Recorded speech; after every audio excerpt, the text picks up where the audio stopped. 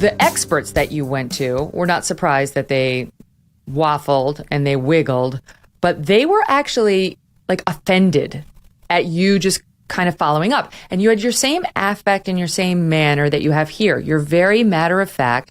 I was thinking, I like this guy. I like the way you do your interviewing. I'm definitely more emotional.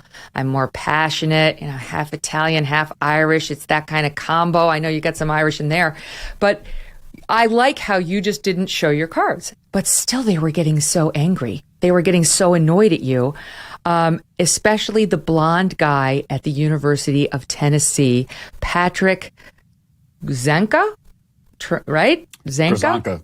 Okay. He did not like you, Matt. I think you would concede that.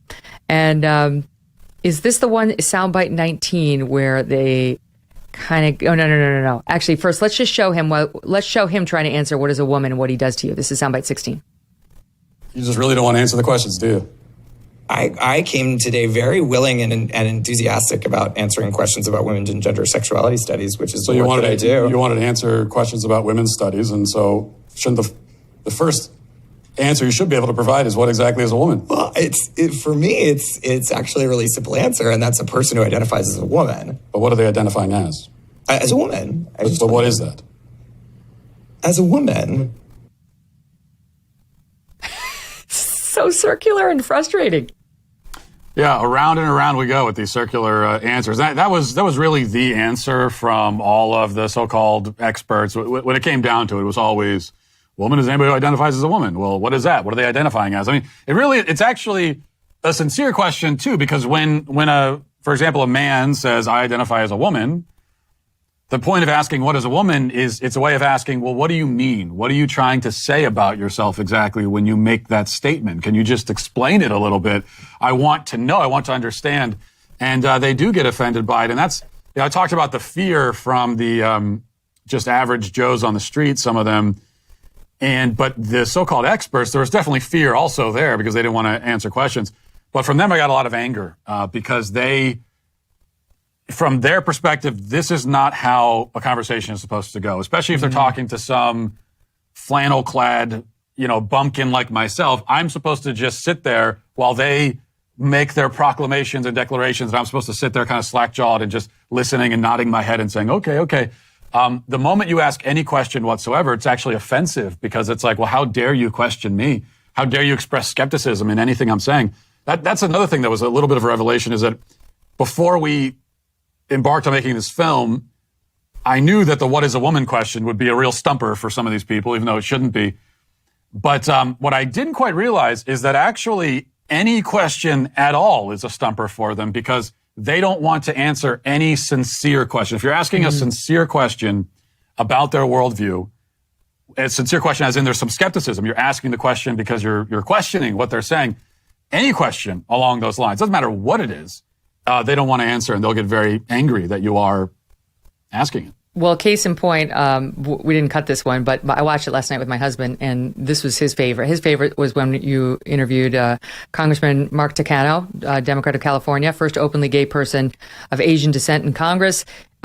He ended the interview when you started asking about bathrooms, and you could tell he was upset. And he was saying, I can't believe you're taking this to the bathroom place instead of focusing on the basic rights of this life. So, for you to even bring up, what about women who don't want to see a naked penis in the bathroom or in the locker room? For you to even go there was judged inappropriate. That's not even the proper question. It's about a trans person's need to live a, quote, normal life. Yeah, and I agree with your husband, too, by the way. That was actually my favorite interview to do just because it was so...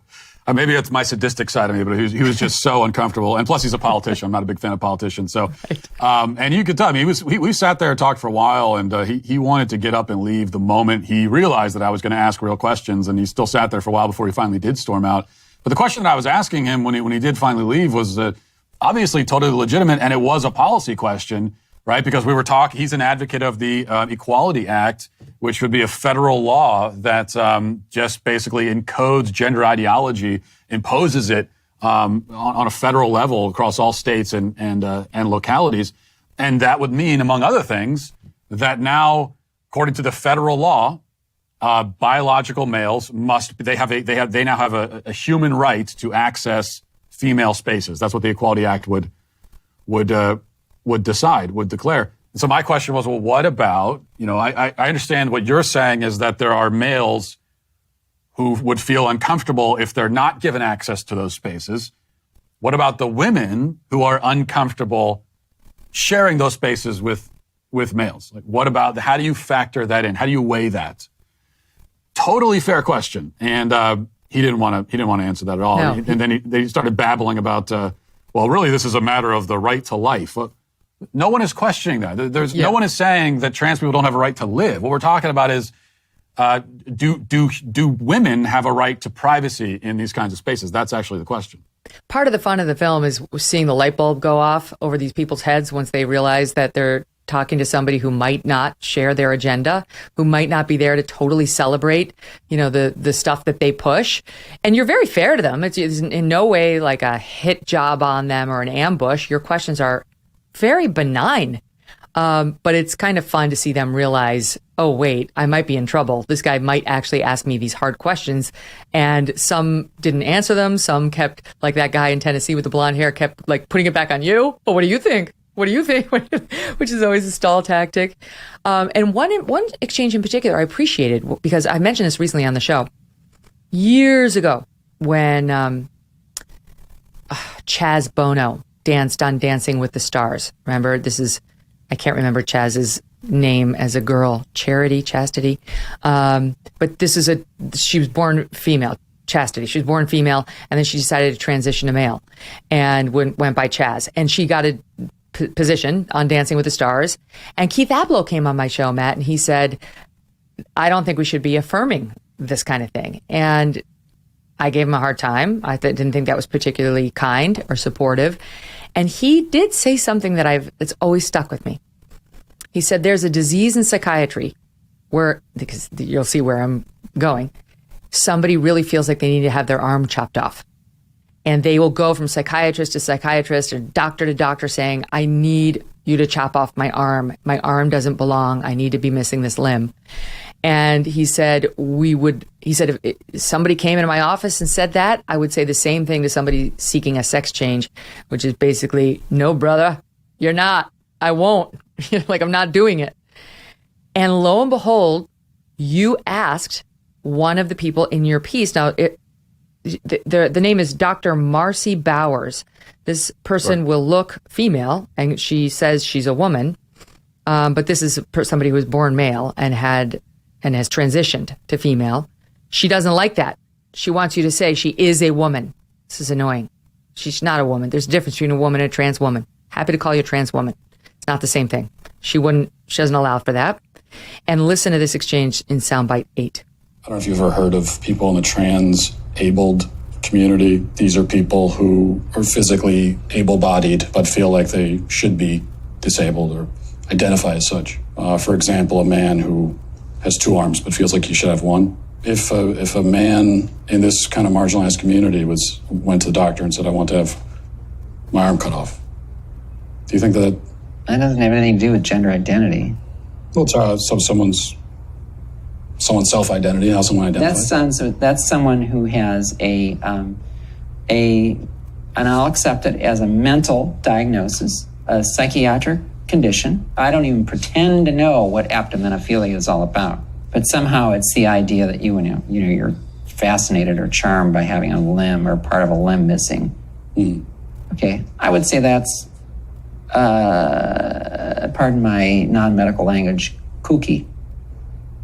You don't see any? You think this is totally irrelevant? Yep. Fascinating clip. Yeah, and of course the answer that Dr. Bowers gives there about the transabled people is correct in a way. I mean, it's kooky, it's weird, it's not. There's something wrong in someone's head, and so obviously if there's something wrong psychologically, where you're having trouble accepting your body, who you actually are, then what you need is psychological help. It's just that, it is, and I was pretty floored by that. Just have that written off as well. It's just, that's weird. And so that's why we don't do that. Well, okay, if a man comes in and says that he wants to have his genitals mutilated in pursuit of looking more like a woman, what would we say about that? I mean, of course, there's the connection here. You tired of feeling like someone's always watching you on the internet? It's creepy. Maybe advertisers know a little bit too much about you, or you're concerned about the privacy of your identity? Using incognito mode will not solve the problem. IPVanish VPN is here to help you. They will protect your right to privacy and help you stay anonymous online. IPVanish helps you safely browse the internet without exposing your private details to third parties. You can use IPVanish on your computers, tablets, phones, even devices like your Fire Stick when you're streaming media. When you use IPVanish, all of your data is encrypted. IPVanish makes you virtually invisible online. It's that simple. IPVanish is now offering an incredible 70% off their yearly plan for our listeners with a 30-day money-back guarantee. That is like getting 9 months for free. IPVanish, super easy to use. All you have to do is tap one button and you are instantly protected. Take your privacy back today with a brand rated 4.6 out of 5 on Trustpilot.